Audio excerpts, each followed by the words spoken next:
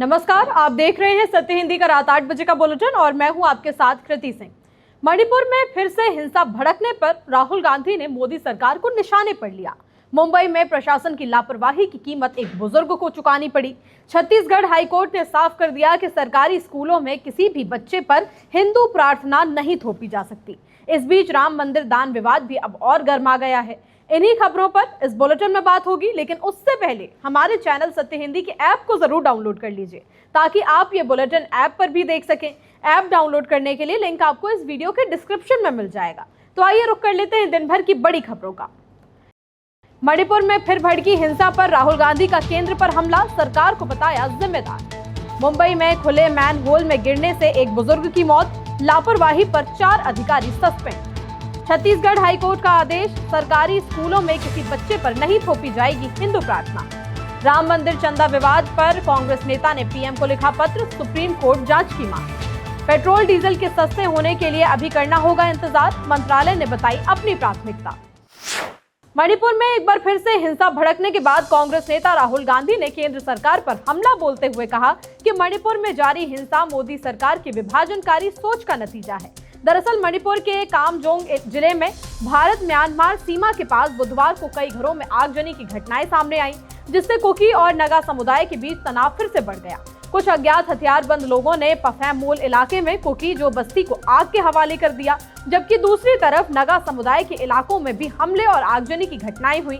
इन घटनाओं के बाद स्थानीय संगठनों ने एक दूसरे पर हमले का आरोप लगाया है और फिर से हालात बिगड़ गए हैं। इसी पर राहुल गांधी ने एक्स पर पोस्ट करते हुए कहा कि मणिपुर सालों से जल रहा है और आज फिर से नफरत और हिंसा की आग में 20 घर राख हो गए।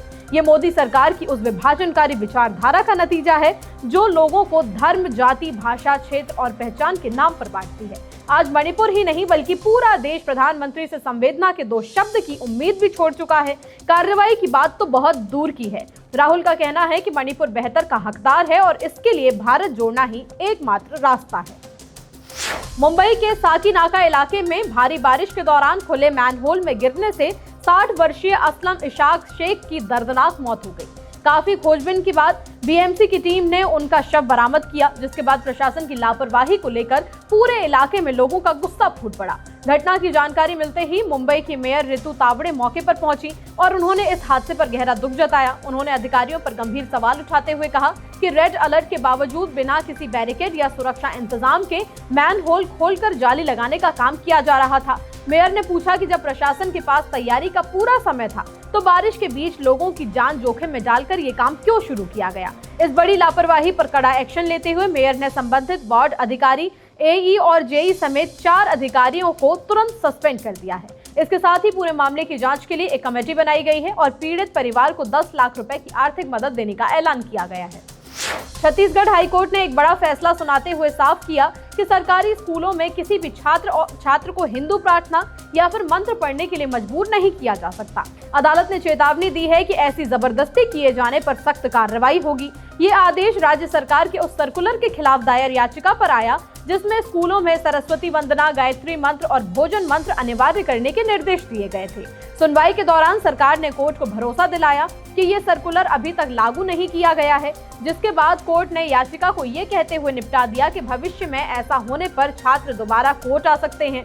याचिकाकर्ताओं का तर्क था कि सरकारी स्कूलों में किसी एक धर्म की प्रार्थना थोपना संविधान के धर्मनिरपेक्ष ढांचे और नागरिकों के मौलिक अधिकारों के खिलाफ है।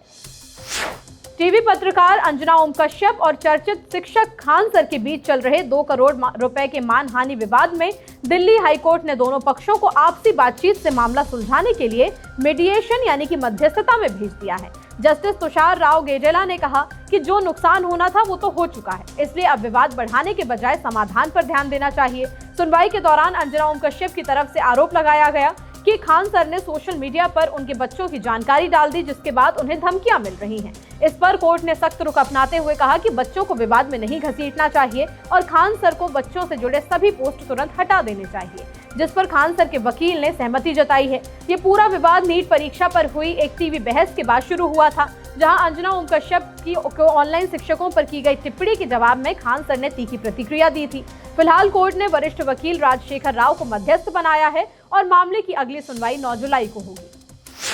अगर आप पेट्रोल और डीजल के सस्ते होने का इंतजार कर रहे हैं तो फिलहाल राहत नहीं मिलने वाली है। केंद्रीय पेट्रोलियम मंत्री हरदीप सिंह पुरी ने साफ कर दिया कि अभी ईंधन की कीमतें घटाने का ये ठीक वक्त नहीं है। उन्होंने कहा कि अंतर्राष्ट्रीय बाजार में कच्चे तेल की कीमतों में उतार चढ़ाव जरूर आया है, लेकिन मौजूदा हालात में आम लोगों को तुरंत राहत देना संभव नहीं है। मंत्री के मुताबिक सरकारी तेल कंपनियां अभी भी भारी वित्तीय घाटे की भरपाई कर रही हैं। कंपनियों ने अप्रैल और मई में ऊंची कीमतों पर कच्चा तेल खरीदा था और उसी तेल का प्रसंस्करण अभी भी चल रहा है। इसलिए मौजूदा समय में पेट्रोल और डीजल की कीमतें कम करना व्यावहारिक नहीं है।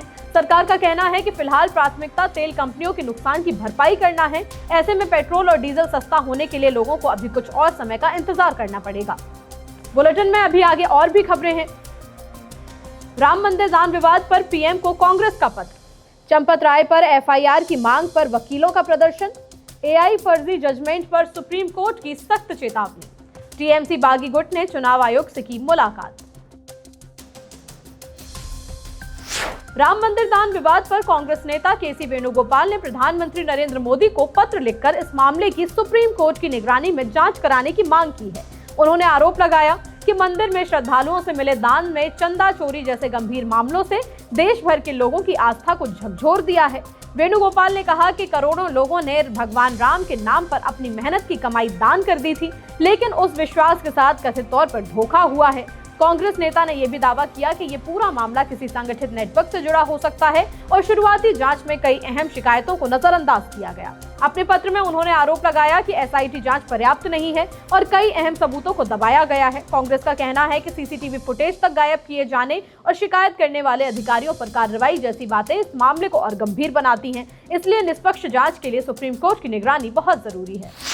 दान विवाद को लेकर अयोध्या में बवाल मचा हुआ है। फैजाबाद बार एसोसिएशन के वकीलों ने चंपत राय, अनिल मिश्रा और गोपाल राव के खिलाफ एफआईआर दर्ज करने की मांग को लेकर गुरुवार को जोरदार प्रदर्शन किया। प्रदर्शन के बाद वकीलों का प्रतिनिधिमंडल थाने पहुंचा और पुलिस को औपचारिक शिकायत दी।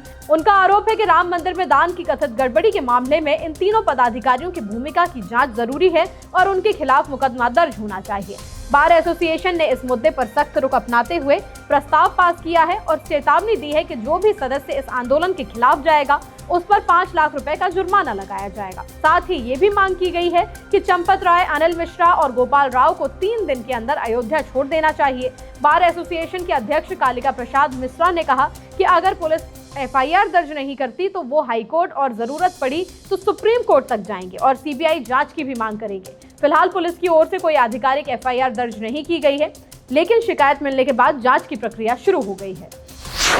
सुप्रीम कोर्ट ने चेतावनी दी है कि अब एआई से बने फर्जी या काल्पनिक जजमेंट के आधार पर किसी भी तरह का फैसला बर्दाश्त नहीं किया जाएगा। अदालत ने कहा कि ऐसे मामलों में जीरो टॉलरेंस की नीति अपनाई जाएगी और न्यायिक प्रक्रिया की पवित्रता से कोई भी समझौता नहीं होगा। दरअसल ये मामला एक इंसॉल्वेंसी केस से जुड़ा हुआ था, जिसमें नेशनल कंपनी लॉ ट्रिब्यूनल यानी कि एनसीएलटी ने ऐसे केसों का हवाला दिया था जिनका कोई अस्तित्व ही नहीं था। जांच में सामने आया कि ये रेफरेंस तो एआई की मदद से तैयार किए गए थे और पूरी तरह फर्जी थे। जस्टिस पीएस नरसिम्हा और जस्टिस आलोक अराधे की बेंच ने कहा कि कोर्ट में किसी भी एआई की दी हुई जजमेंट का इस्तेमाल करने से पहले उसकी पूरी तरह जांच जरूरी है। अगर बिना वेरिफिकेशन के ऐसे संदर्भ पेश किए जाते हैं तो इसे गंभीर लापरवाही माना जाएगा।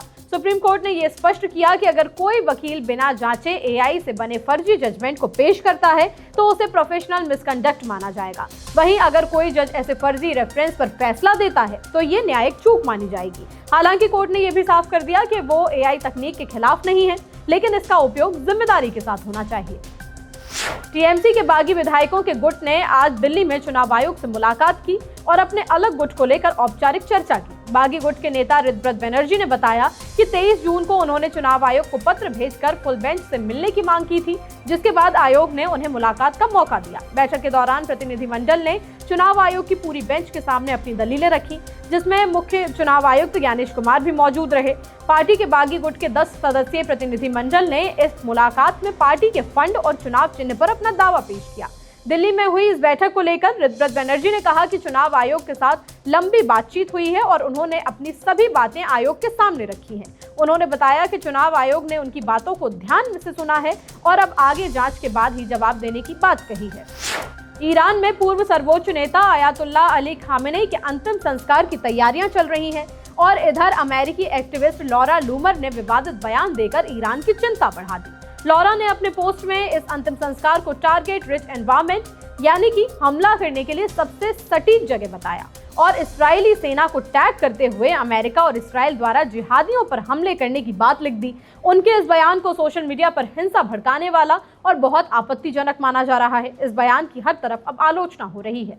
फिलहाल बुलेटिन में इतना ही। देश दुनिया की बड़ी खबरों के लिए आप बने रहिए सत्य हिंदी के साथ। नमस्कार।